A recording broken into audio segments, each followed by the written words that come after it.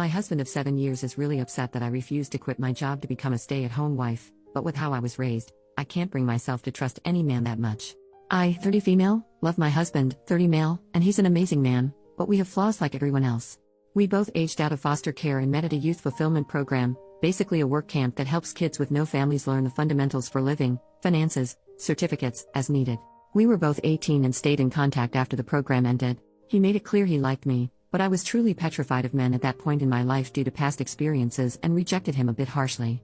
I reached out to apologize and we became friends. Then a year or two later I saw he posted on Snapchat and he was in my area. I asked if he would want to go on a date so I could practice being comfortable around guys and he agreed. He never made a move, never touched me, never made weird eye contact.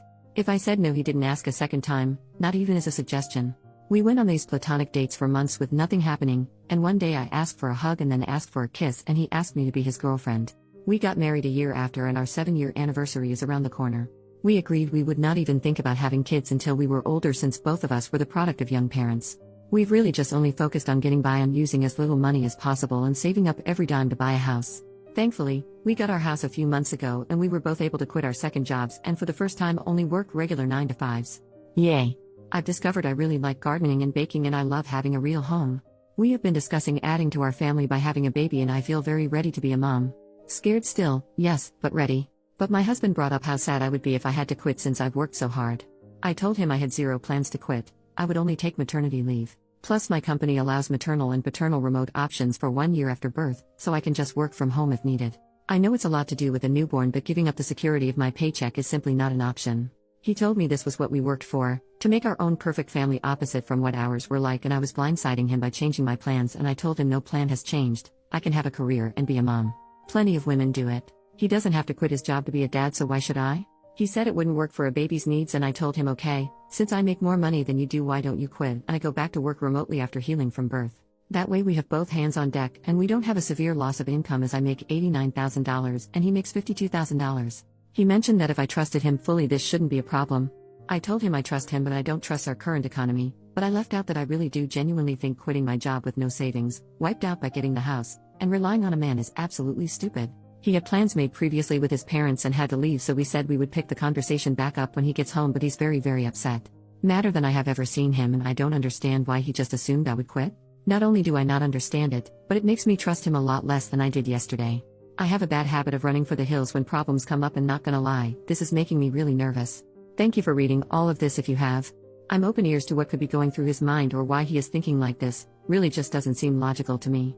He's been watching all of these videos of stay-at-home wives and girlfriends and do feel like this is influencing him a lot, but that's not realistic for us right now.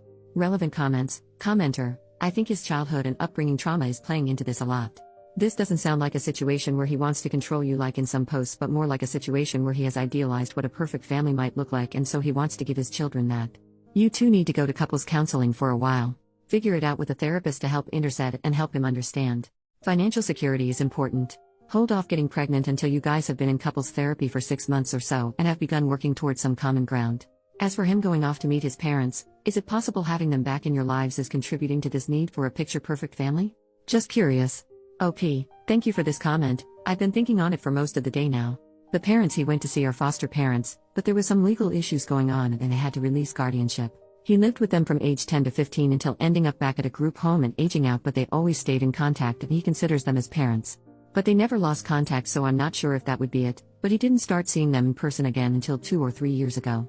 I've never thought he was controlling, but we have talked in the past about this type of thing and I have always told him I would never want to be a stay-at-home mom. Maybe, at most, until they're in elementary if he was making a lot more money but we're not at the income level or networking level where I can get away with having 5-year gaps in my employment. Neither of us has attempted therapy again, and most of our experiences were less than pleasant with DHR and child services counselors. I'll see if he's open to the idea. Update almost 4 months later, it's been a few days since he came home and told me he met a girl at work and she's a better woman than me, and that she has a son already and will be a stay-at-home wife or girlfriend or whatever the heck. He gets his happy ending I guess. He texted me right before I got off work and asked me to pick up food from one of our usual date night spots. I got home and noticed his car had boxes in it and a woman I didn't know. I tried opening the door but it was locked and she just looked at me. What little was left of our savings, he took. And both of our cats. I didn't see this coming at all.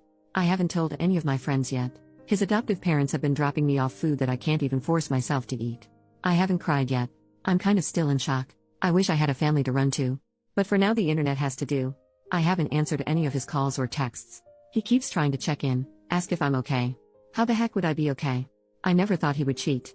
I asked him to promise if there was ever someone else he would just tell me as soon as he knew, but they've been together at least 6 months. So while he was calling me selfish for not wanting to put in my 2 weeks and be a stay-at-home wife, he was dating her the entire time. Planning a future with her the entire time, so my intuition was right. I would have been so screwed if I went along with it. I feel stupid. I should have taken everyone's advice more literally. When I asked him to go to therapy, he wouldn't. His parents think he's having some type of mental break. I should have stayed afraid of him and avoided him.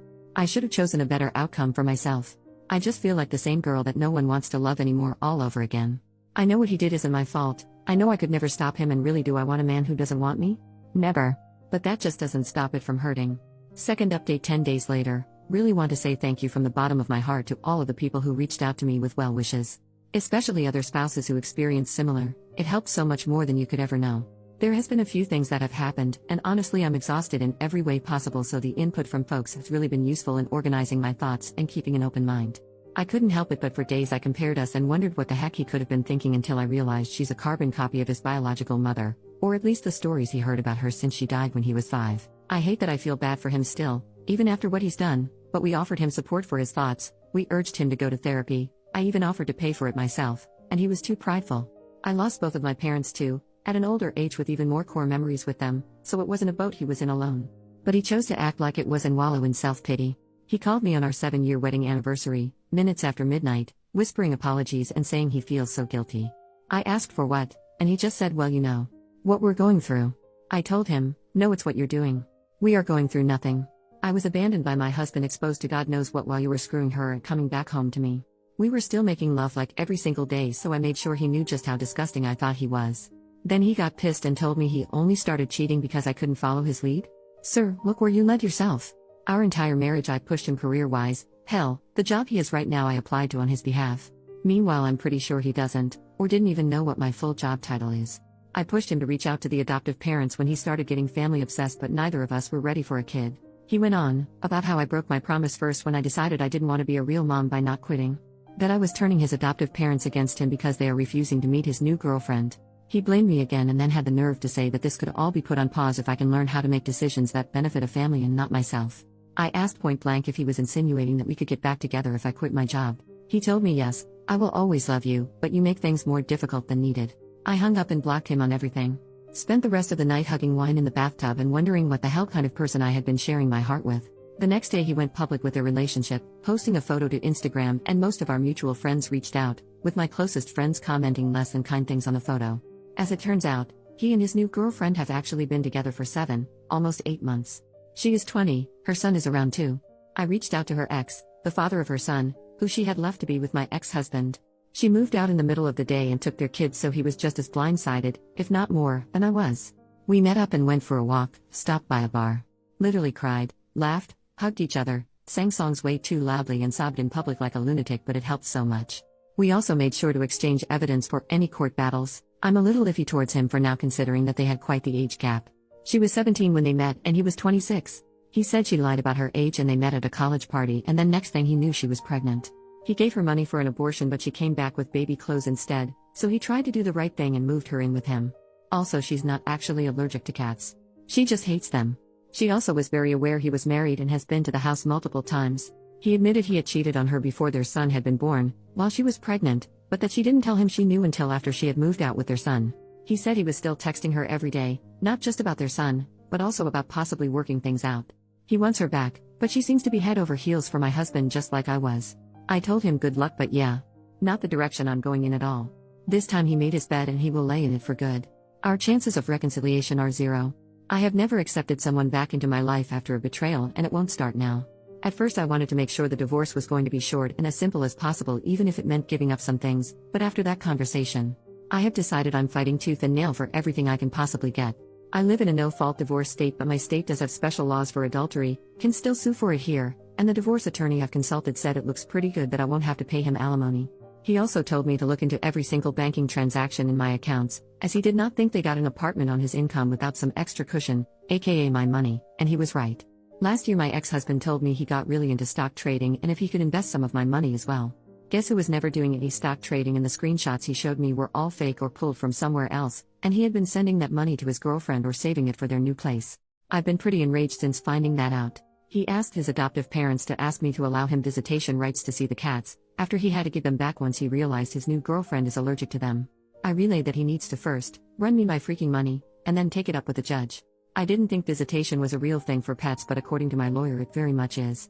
I officially filed for divorce yesterday, and he emailed me quite the colorful email about how selfish and bitter I am for not putting my pride aside and being so fast to file for divorce, and refusing to let him stop by the house to see the cats that now he's accusing me of cheating. I read somewhere that you never really know someone until you're divorcing them, and I can truly confirm that is true.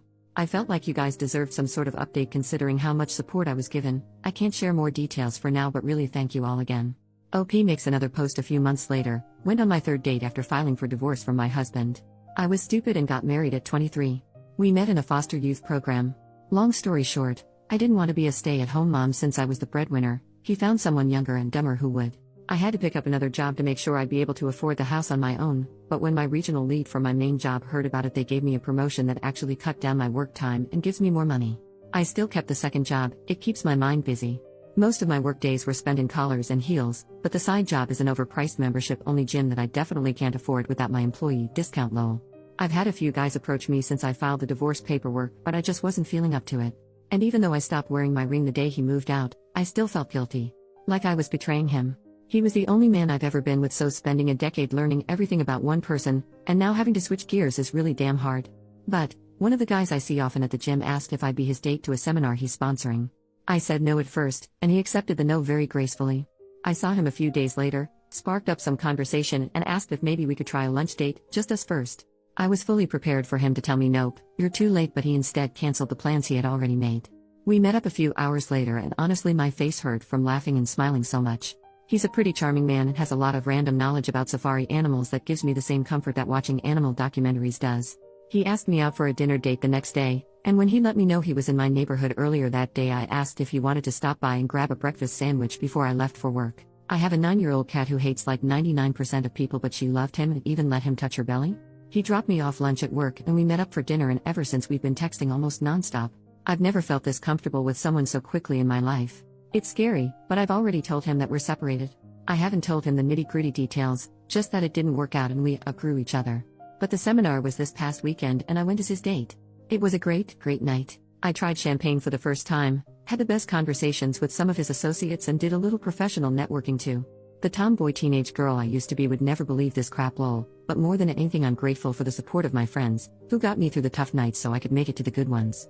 Only up from here, I guess?